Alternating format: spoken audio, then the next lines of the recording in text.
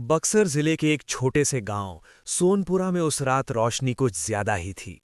सर्दियों की हल्की ठंड, आसमान में टिमटिमाते तारे और गली गली में लटकती झालरें। हर घर से ढोलक की थाप और शहनाई की मधुर धुन सुनाई दे रही थी। गांव में एक बड़ी शादी थी, राम नरेश यादव की बेटी संध्या की। संध्या पूरे गांव की चहेती थी। गोरी, लंबी, बड़ी बड़ी आंखें और चेहरे पर हमेशा एक शांति। पढ़ाई में तेज, स्वभाव से सरल। उसने बक्सर शहर के कॉलेज से बीए किया था। कॉलेज के दिनों में ही उसकी मुलाकात रवि से हुई थी। रवि उसी कॉलेज में पढ़ता था, सपनों से भरा हुआ, थोड़ा जिद्दी मगर बेहद भावुक। दोनों की दोस्ती कब प्यार में बदल गई उन्हें खुद पता नहीं चला। लाइब्रेरी में नोट्स साझा करते करते, गंगा किनारे शाम को बैठकर भविष्य की बातें करते करते उनके दिल एक दूसरे से जुड़ गए। रवि अक्सर कहता, संध्या, मैं तुम्हें कभी किसी से दूर नहीं होने दूंगा। और संध्या मुस्कुराकर जवाब देती, प्यार में जिद नहीं, भरोसा होना चाहिए। लेकिन जिंदगी हमेशा प्रेमियों की इच्छानुसार नहीं चलती। संध्या का परिवार पारंपरिक था। राम नरेश यादव गांव में इज्जतदार किसान थे। उनके लिए समाज की राय सबसे ऊपर थी। जब उन्हें संध्या और रवि के रिश्ते की भनक लगी तो घर में जैसे तूफान आ गया। हमारी बेटी अपनी मर्जी से शादी करे ही, राम नरेश गरजे थे। मां रोती हुई बोली, लड़कियों की जिंदगी समाज से बंधी होती है संध्या। संध्या ने बहुत समझाने की कोशिश की। उसने कहा कि रवि पढ़ा लिखा है, मेहनती है और नौकरी की तैयारी कर रहा है। लेकिन पिता के लिए ये सब बेकार था। उन्हें चाहिए था एक ऐसा दामाद जो खानदान, जाति और समाज के हिसाब से उचित हो। कुछ ही महीनों में संध्या की शादी पास के ही एक संपन्न परिवार के बेटे दीपक से तय कर दी गई। दीपक शहर में व्यापार करता था, पढ़ा लिखा था, व्यवहार में ठीक था, पर संध्या के लिए वो अजनबी था। संध्या ने रवि को आखिरी बार गंगा किनारे बुलाया। रवि, पापा ने मेरी शादी तय कर दी है। उसकी आवाज कांप रही थी। रवि की आंखों में जैसे खूल उतर आया। तुम मना क्यों नहीं कर देती? भाग चलो मेरे साथ।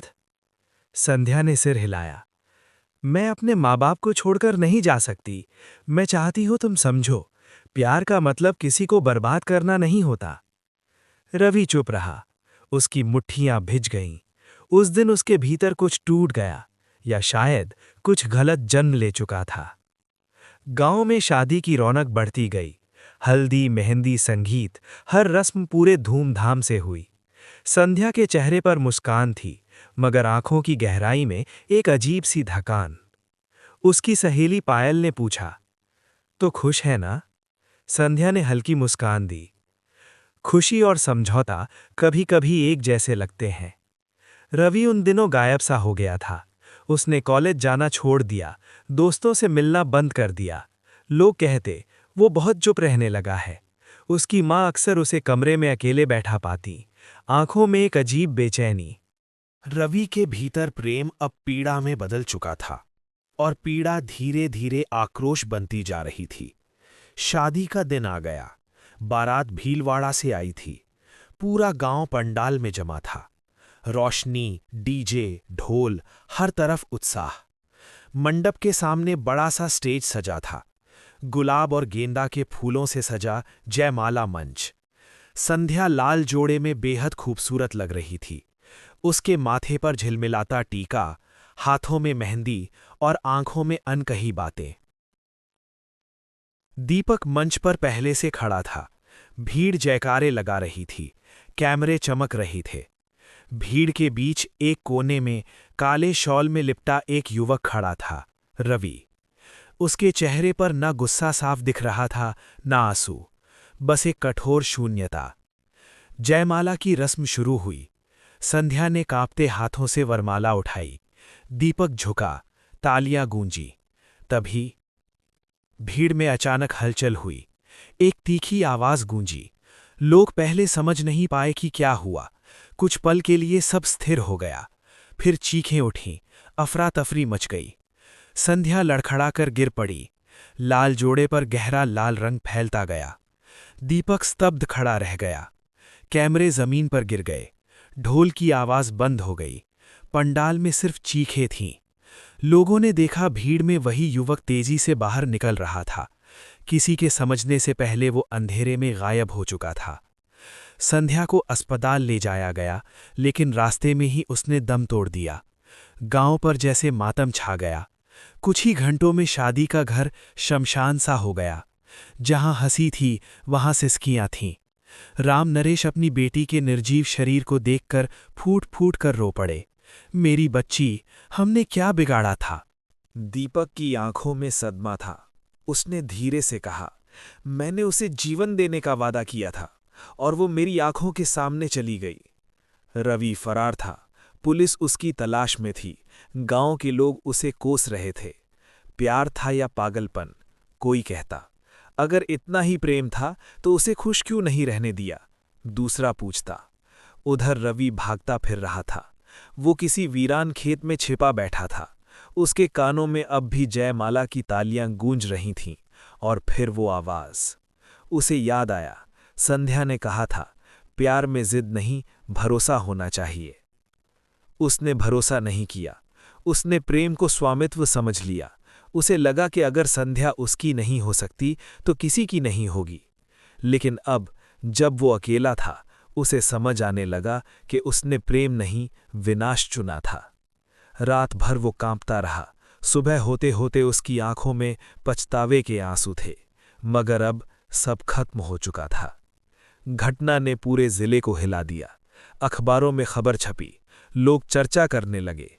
क्या ये असफल प्रेम की त्रासदी थी या मानसिक अंधेपन का परिणाम? गांव की औरतें कहती, लड़कियों को पढ़ाओ मगर उनकी इच्छाओं को भी सुनो। युवा कहते, प्यार में हार मिल जाए तो जिंदगी खत्म नहीं होती। कुछ दिनों बाद रवि को गिरफ्तार कर लिया गया। उसने बिना विरोध के आत्मसमर्पण कर दिया। अदालत में उसने सिर्फ इतना कहा, मैंने गुस्से में नहीं, अंधेपन में ये किया। मुझे लगा था मैं उससे बहुत प्यार करता था। आज समझ आया कि मैं सिर्फ उसे पाना चाहता था। संध्या अब नहीं थी, मगर उसकी कहानी रह गई, एक चेतावनी की तरह। संध्या के कमरे से उसकी एक डायरी मिली। आखिरी पन्ने पर उसने लिखा था, अगर कभी मेरा और रवि का रास्ता अलग हो जाए तो मैं चाहती हूं वो खुश रहे। प्यार किसी को बांधने के लिए नहीं, आज़ाद करने के लिए होता है। ये पढ़कर गांव के कई लोग रो पड़े। समय बीतता गया। गांव में फिर शादियां होने लगी, मगर जब भी जयमाला की रस्म होती, लोग एक पल के लिए ठिठक जाते। उन्हें वो रात याद आ जाती। राम नरेश ने बाद में गांव के स्कूल में एक सभा की। उन्होंने कहा, हमने अपनी बेटी की आवाज़ नहीं सुनी और एक लड़के ने अपने दिल की गलत आवाज़ सुनी। दोनों गलतियों की कीमत मेरी बच्ची ने चुकाई। अपने बच्चों से बात कीजिए, उन्हें समझाइए कि प्यार त्याग भी होता है। दीपक ने कुछ समय बाद शहर छोड़ दिया। उसने सामाजिक कार्य शुरू किया, युवाओं को मानसिक स्वास्थ्य और संबंधों पर सलाह देने का काम। वो अक्सर कहता, असफल प्रेम अंत नहीं है, असली बहादुरी छोड़ देने में है। रवि जेल में था। कहते हैं वो वहां पढ़ाई करने लगा। उसने किताबों में डूबकर शायद अपने अपराध का अर्थ समझने की कोशिश की, मगर जो खो गया वो कभी वापस नहीं आ सकता। ये कहानी सिर्फ एक लड़की की नहीं, एक समाज की है, जहां प्रेम और परंपरा टकराते हैं, जहां संवाद की कमी त्रासदी बन जाती है, जहां युवा दिलों को समझने की बजाय दबा दिया जाता है और फिर वे विस्फोट बन जाते हैं। जयमाला की वो रात अब भी बक्सर की हवाओं में गूंजती है।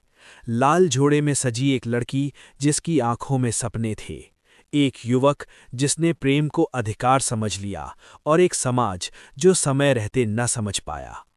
प्यार अगर सच्चा हो तो वो किसी की जान नहीं लेता। प्यार अगर सच्चा हो तो वो किसी को आज़ाद करता है।